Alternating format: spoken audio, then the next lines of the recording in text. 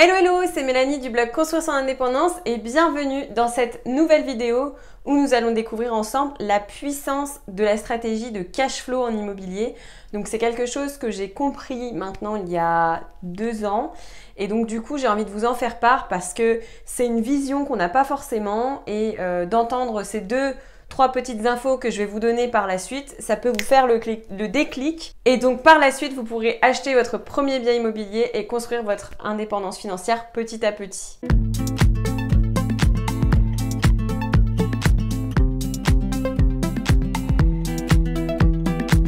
Donc pour pouvoir illustrer cette stratégie de cash flow, j'aimerais vous montrer grâce à un exemple concret, alors très schématisé, je ne rentre pas dans les détails, c'est simplement pour que vous puissiez comprendre la démarche. Donc avant que je commence l'immobilier, ça me semblait trop compliqué, réservé aux riches, réservé aux personnes qui étaient d'âge mûr, on va dire une certaine année, je fais attention à ce que je dis parce que j'ai pas envie de faire des amis. Voilà, réservé à des gens qui ont de la bouteille, comme on dit.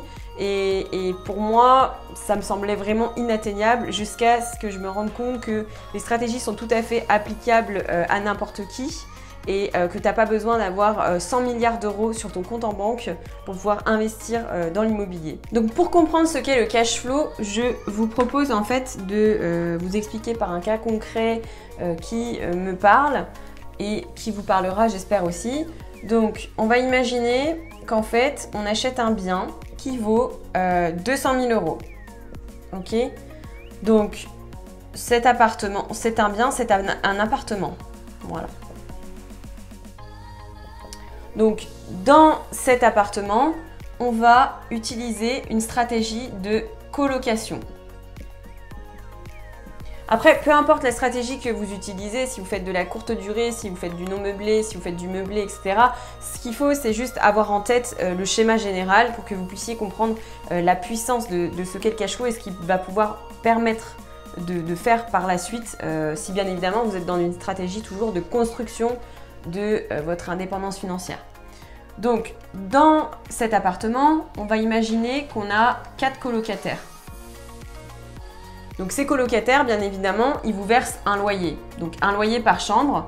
On va prendre un marché lyonnais plutôt, puisque c'est ce qui me parle aussi comme exemple. Alors bien évidemment, si vous êtes dans une autre commune et que le marché n'est pas aussi élevé en termes de prix, eh ben, vous aurez un achat immobilier qui sera bien moins élevé ici à la base et également par la suite des chambres qui seront louées moins chères, mais c'est pour comprendre le cas. Donc on a 4 chambres, donc concrètement on a 2 000 euros de rentrée de loyer. Jusque là tout va bien. Ensuite,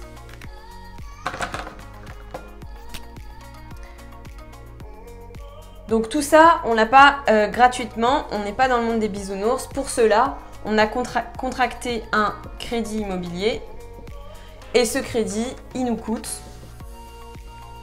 1 000 euros par mois. Donc, concrètement, on rentre 2 000 euros, on paye 1 000 euros par mois de crédit. Donc, il nous reste en cash flow, il nous reste 1 000 euros.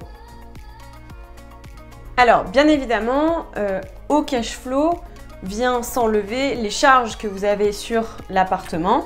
Donc, on va mettre entre parenthèses moins les charges. Et bien sûr, il faut étudier aussi tout ce qui est fiscalité. Donc, quel type de fiscalité vous allez mettre en place pour cet appartement. Et donc, du coup, vous aurez par la suite moins les impôts qui viendront s'ajouter. Donc, votre cash flow, il ne sera pas réellement de 1 000 euros, il sera d'un peu moins en fonction de votre impôts et des charges que vous avez sur cet appartement. Mais l'idée générale est là, c'est-à-dire que votre cash flow ici, il est de 1 000 euros, mais il est de 1 000 euros par mois. Donc l'idée, c'est que vous avez votre année, tous les mois, vous faites votre cash flow de 1 000 euros. À la fin de l'année, vous avez 12K euros de cash flow. Et en fait, ces 12K euros, vous allez les utiliser pour pouvoir investir dans un second appartement ou voilà, dans un second business. Et donc l'idée c'est ça, c'est qu'ensuite ça fait un business florissant grâce à ce premier appartement. Et c'est pour ça que le plus compliqué c'est la phase d'achat, la première phase d'achat on va dire, c'est ce premier investissement. Et c'est pour ça qu'il ne faut pas le rater parce que cet argent-là, vous pourrez par la suite le réutiliser. Alors sauf si bien évidemment vous avez un compte qui est archi rempli, que vous êtes blindé aux as, que je vous souhaite. Mais en tout cas, l'idée c'est de pouvoir utiliser ce cash flow là pour pouvoir réinvestir. Alors une deuxième stratégie qui peut être intéressante à ce niveau là, c'est de mettre en place un différé lorsque vous contractez votre crédit à la banque. Un différé pour des travaux, si bien sûr vous êtes dans le cas d'un appartement que vous retapez de A à Z, eh bien le différé, c'est ce qui permet de ne pas payer la totalité de votre crédit tout de suite. Vous allez par exemple contracter un différé de 1 an, voire jusqu'à 3 ans. Et en fait, pendant 3 ans, vous ne payez pas la totalité de votre crédit tout de suite. C'est-à-dire que les mensualités sont plus petites. Donc là, par exemple, si vous avez un différé de 3 ans, prenons cet exemple-là, vous n'allez pas payer 1 000 € par mois de crédit, donc la totalité de la mensualité. Vous allez peut-être payer 400 € par mois. On va dire 500 €, on va dire 500 €, voilà, 500 € par mois de crédit, d'accord? Le cash flow que vous faites ici, il sera bien plus élevé puisque vous payez moins de crédit, d'accord? Donc, vous voyez où est-ce que je veux en venir, c'est-à-dire que ici, le cash flow que vous allez faire mensuellement, il va être beaucoup plus élevé, donc c'est pas 12K € ici que vous allez mettre de côté, mais beaucoup plus sur une période donnée de 3 ans. Alors bien évidemment, quand on fait un différé, on a des intérêts qui sont plus élevés, mais l'idée là, c'est que vous allez pouvoir reconstruire votre trésorerie petit à petit et du coup réutiliser cet argent pour pouvoir réinvestir par la suite. Donc voilà l'idée de la stratégie de cash flow générale. Alors là, c'est très schématisé. C'est pour qu'on puisse comprendre parce que moi, lorsque j'ai commencé, j'avais pas du tout cette idée en tête, cette stratégie. Et donc du coup, aujourd'hui, c'est vraiment ce qu'on est en train de mettre en place. Et voilà. Donc, merci de m'avoir écouté pour cette petite vidéo. Et puis je vous dis à très vite. Salut!